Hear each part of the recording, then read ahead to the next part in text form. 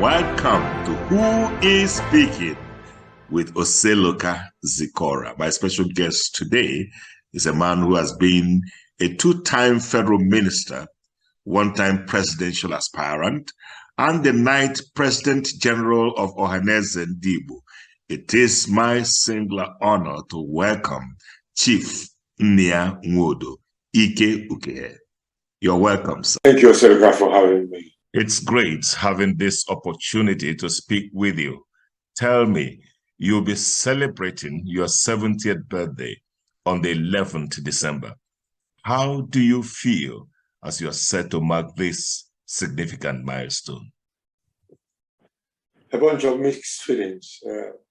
First of all, gratitude to God that I'm alive, hopefully to celebrate this 11th December as my 70th birthday.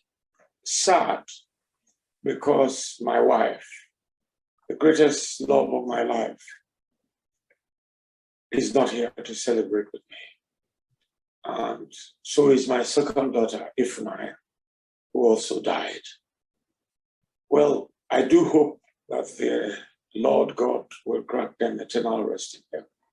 I'm also grateful that the rest of my children and grandchildren are alive to celebrate this remarkable year of my life. And that my friends, including yourself, who are trying to give me this birthday bash at their own cost, without a dime contribution from me, I'm lucky to have them. I don't know what I have done to end their friendship and their altruism. The fact that they are taxing themselves and contributing money just to celebrate me at 70 is humbling, extremely humbling. And I pray to Almighty God that whatever their esteem of me, their impressions of me, their value of my friendship, that I will not diminish in it in the balance of my life. Well, kind soul, your wife, I had the good pleasure of knowing her, Justice Regina Obegeli Nwodo, Justice of the Court of Appeal of Nigeria. May her soul rest in peace. Now, the right place to start perhaps is to give you the chance to tell us a little bit about your childhood. Maybe there's something unique you recollect that happened while growing up that kind of shaped your trajectory in life. Maybe you could share that with us. My education, the practice of Catholic faith in my family, and the rigorous moral upbringing that my generation went through. When I was a child, I was born the year that my father stood for election into the Eastern Nigerian House of Assembly. You might say that if there is any correlation between the career that your father was in at the point of your conception and the career you end up in, I'm a typical example of it. I ended up being a politician at primary school, at secondary school. I was class prefect in primary school. I was class prefect in secondary school. I was assistant senior prefect.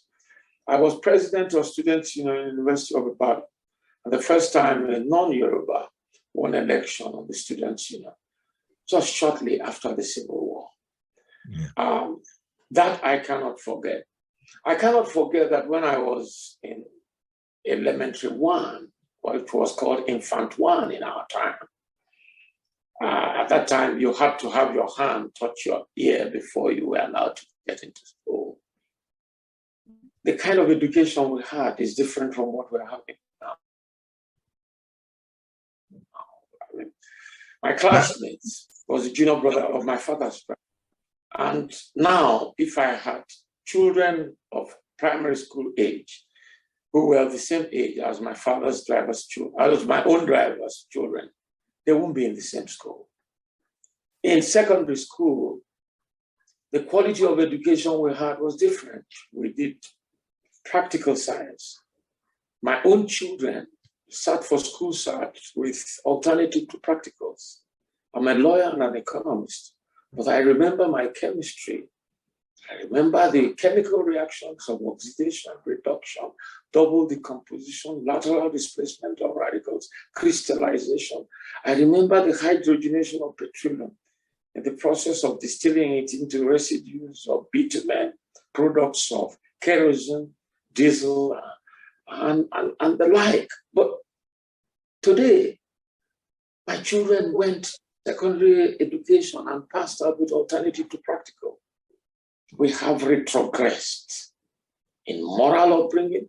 I spent all my holidays with my grandparents.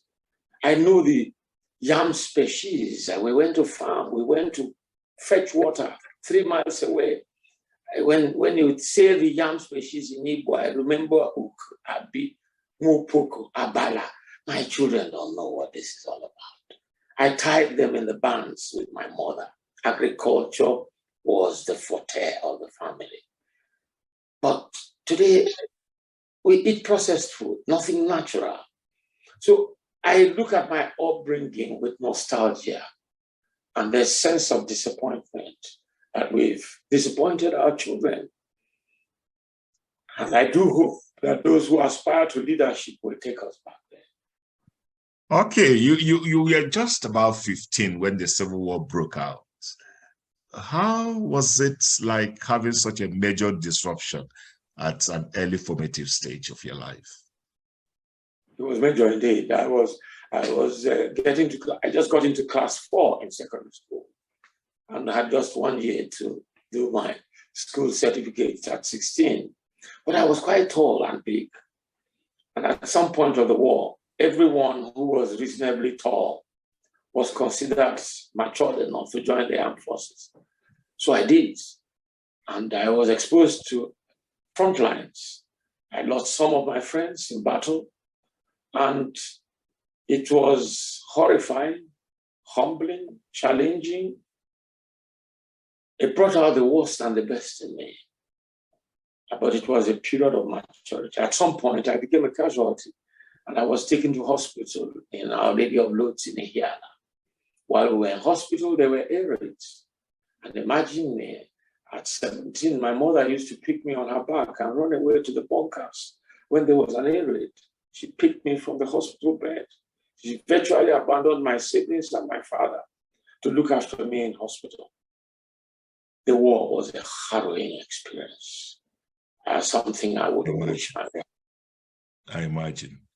Now, right after that war, you gained admission at the University College Ibadan to study economics, and you took that up. That must have been quite brave of you, considering the kind of perhaps mutual suspicions that could exist between the Igbo tribe and other tribes that perhaps the Igbos, rightly or wrongly, felt that came after them during the Civil War. Now, tell me some more about that time in your life. What was it that actually gave you that kind of courage to travel all the way from Soka, Enugu, up to Ibadan to begin your university education right after that? Well, I passed the entrance. Ibadan was supposed to be the best university at that time. Soka was just recovering from the ravages of the war. So the books, the equipment, and what have you were in very short supply, although there was a lot of assistance, both from national governments in all the states and from the international community. But Ibadan was stable. And I was encouraged by my senior brother to sit for Ibadan. And I sat a very competitive entrance examination. We had to travel from Enugu all the way to Aba to sit the entrance exam. The results were published in Daily Times in order of merit. And I was number 37 out of 79 that were admitted.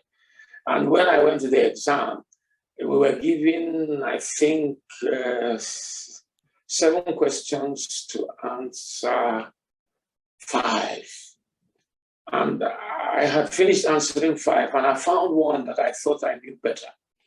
And I got writing it. By the time I just finished, they said 1 minute to go. I had difficulty choosing which one to cancel. And I arrogantly wrote, the examiner may choose any 5 that he likes. you know, and that was contrary to the exam instruction. So I believe that my falling down to number 37 must have been influenced by my arrogance, and I learned from it. But Ibadan was welcoming. Nigerians meant reconciliation. Yeah. We were welcomed with open arms.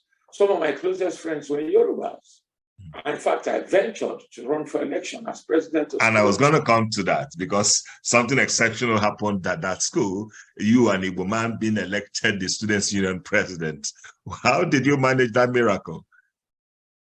Well, I think, first of all, the female students preferred me to my opponents. Forgive my modesty, but they thought I looked better. Then, secondly, the postgraduate students, the medical students who were older, thought I was more matured and more forthright than my opponent. Thirdly, the majority of students who were adults, especially those who came from the Southeast, preferred someone like me. But far more important, the young Yorubas found something attractive in what they described as my intellectual dynamism. But there was still a lot of tribalism. My opponent was Yoruba, and we had a speech night a day before the voting. Yes, tell me about that. And we were supposed to be called in order of return of your nomination forms, beginning from the post of assistant secretary, ending up to the post of president. When it came to my turn, contrary to the order in the previous positions in which people were called in accordance with the date they submitted their nomination form, I submitted mine before my opponent. But when it came to the presidency, it assumed an alphabetical order. And I was walking into a plot without knowing. My opponent, Adeboro, spoke before me. And at the end of his speech, he began to speak in Yoruba, contrary to the university elections regulations. And he sang in Yoruba. He said something like, Tiwan Tiwa, Jekawole, Jekawole, Adeboro Tiwa. Our own is our own. A lot of Yorubas felt insulted by his resort to tribalism. And it really won me a lot of votes. And I'm so grateful to them. Yorubas have continued to show an urban, cosmopolitan, and detribalized perspective in assessing intellectual issues in our country. And that they dramatized in my election. And I had to cut my speech short. Yeah. Because after this happened, there was a pandemonium. And the people were going to disperse without hearing me. And my supporters blocked all the exits. And one of my friends, a Yoruba boy, walked up to the electoral officer and said, Kule Tuyo, I feel ashamed to be Yoruba. You are doing this to John. And you're supposed to be his guardian. Why should you do this? Then the man began to call everybody back, sit down, everybody must be heard, and so on. As soon as I took the microphone, the loudspeakers were disconnected. I jumped up on the table that was there so that I could be seen, even if I was not being heard. And I plagiarized my brother, who in his thesis in London School of Economics for his PhD degree. Your brother, you meant your late Dr. brother, Joe your elder brother, Dr. Joe Wood. Yes. Yes. Yeah. Joe's thesis, my father forced all of us to summarize in 6 pages of foolscap sheet. And I fell in love with a paragraph in his thesis where he was discussing the role of the OAU and the United Nations in the achievement of world peace. And he talked about the Congo crisis and the OAU. And he says that the Congo, in view of its central position in Africa, was like a continental political volcano. Accordingly, when it erupted, seismic waves rippled across the whole of Africa. And the OAU broke into the Casablanca and the Monrovia blocks. And he began to characterize them according to their views. And so I just plagiarized. I said the University of Ibadan, in view of its premier position in the development of institutions higher learning in Nigeria, is like a national educational volcano. When Ibadan sneezes, the rest of the universities in Nigeria catch cold. It is in this connection that I see the leadership of the students now. It must be a model to follow. It must partner with the university administrators to achieve the highest level of academic excellence, of student behavior, and be a shining example of the Nigerian graduate to the rest of the world. So the students were ecstatic at my construction. They didn't know that I stole the grammatical expression of a PhD student, and it turned the tables. It turned the tables, and needless to say, the girls were all over me. One of them sprung up and embraced me, and both of us fell on the ground, and she plastered kisses over my face. I've been looking for her since I graduated. You should. She was such a... But come to think of it, looking back at what happened, that's... do you think that such a feat is still possible in today's Nigeria? There is a generational change today. You know, my children talk to me about our current political impasse, and they dare me that if I am not obedient, they would fight me. You know, and I say, why? You say, your generation has wasted our lives. We've got to take it back in our hands. And this is the only direction we see that will profit our generation. And the audacity with which they speak to me, it characterizes the youth excitement at the candidature of Obama when he ran for the president of the United States of America. Our country is impatient for a radical change. We ignore it at our own peril. Yeah, and that brings me to this question. You are very much aware of the electioneering campaigns currently going on in connection with the 2023 general election. You were once a presidential aspirant in 2002. What are your reflections on these political alignments today? And what would people be looking for in a president to vote for in 2023? You know, we're at a junction where government has lost its credibility. If we cannot account for the amount of imported fuel that we bring into Nigeria, if we cannot account for why our 4 refineries are in comatose situation and cannot meet our domestic demand, if we cannot account for the amount of imported and refined petrol that exits through our borders without any scrutiny and without any revenue accruing for it, if we cannot account for the amount of crude oil that we pipe out of Nigeria without anybody accounting for it, and consequently cannot meet our OPEC quota, if we cannot open our universities for 7 months because we are negotiating with lecturers, and we cannot privatize the universities and allow them to make their own money and to look for personnel wherever they find it, and to educate at competitive rates and give scholarships for those who cannot do it. If we cannot award a road contract and finish it within 1 year or 2 years, what is government? The credibility of government is finished. If an accountant general of the Federation can help himself to as much money as he wants without the audit department knowing, go to an engagement of a wife with a plurality of cars and a girl of infant age, you know, totally, you know, in defiance of our criminal law provisions, something is fundamentally wrong. You know, the soul of our country has disappeared. You see, when the Arab Spring started, we thought it was a joke until I saw President Mubarak in handcuffs in an Egyptian court.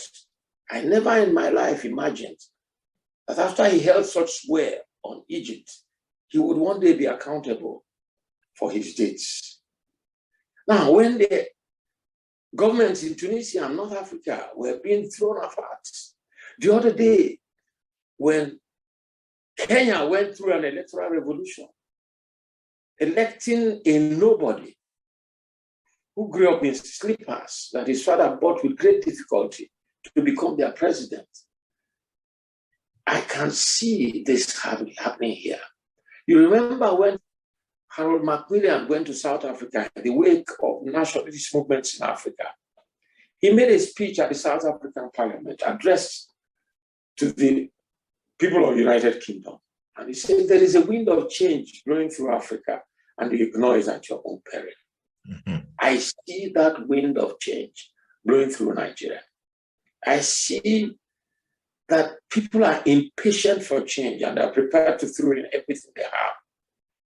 Nobody can account for the quality of life and the nose diving that we have had in this country. Mm. I can't imagine that just to buy petrol, something that we produce in this country, is so expensive that people can no longer use their cars as they will. Mm-hmm. Transportation, mobility, or factors of production are becoming so difficult. To be self-sufficient in food production. When I was a child, I found for my grandmother, I knew all the species of palm wine. I mean, of yam, abala, mupuk, abi, what have you, as we call them in Igbo. My children don't know any of these things. We had gardens behind my mother's house. And my brother, Okwesiles, and I used to struggle for the head of the yam to be able to plant them in our mother's garden. We don't even have a field for anybody to plant anymore. Everywhere is built up. Well, I guess so. But you spoke about something about the Yoruba sense of justice and equity, and I do look at the situation today. Park Cornelius Adebanjo, who is the leader of the Afenifere, has been quite vocal in his support for the presidential candidate of Labour Party, former Anambra State Governor Peter Obi. Park Adebanjo has predicated his support for Obi on the basis that political power rotation in Nigeria must be situated on the principles of justice, equity, and fairness. What are your thoughts on this? I'm very happy that it's coming from Park Adebanjo, and I salute him. At his age, he's shown us the light that there comes a time when you must stand up for the truth. Embellishing it is casting aspersion at God and his teachings, no matter the religion you belong to. You know, there is no scarcity of materials for presidency from Southeast. Let's face it, the basis of this country, as enunciated by the 1963 Constitution, is a recognition of our different parts and our collective desire to be united in spite of our differences and to give everyone equal opportunity. For this reason, Azikiwe betrayed his alliance with Awolowo so that it may not be a federal government controlled by Southern Nigeria. But there was no reciprocity for this. Since Azikiwe till now, except for the military interregnum of Aguiyi-Ironsi, no Igbo man has been found worthy to occupy the executive headship of Nigeria. Azikiwe was a ceremonial head of state. Yeah. He was not prime minister or executive president. So it was only the 6-month stint of Aguiyi-Ironsi. And if you add the stint of the military rulers in Nigeria, you will wonder whether the Igbos are not deliberately being excluded from the center of power in Nigeria. So for Chief Adebanjo to rise up when others are economic with the truth, when some will run for president 3 times from the same part of the country and still want to succeed their brother from the same part of the country, as if there was a dearth of materials. And we run a federation that is a complete annihilation of the structure that we founded our independence on. Our constitution was written by the military. It is not autochthonous. In political lexicography, it means it has no validity. It was not approved by an elected assembly. It was not approved by a national plebiscite.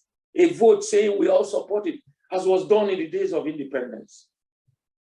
Now, you see, we have the apple unity as against the orange unity.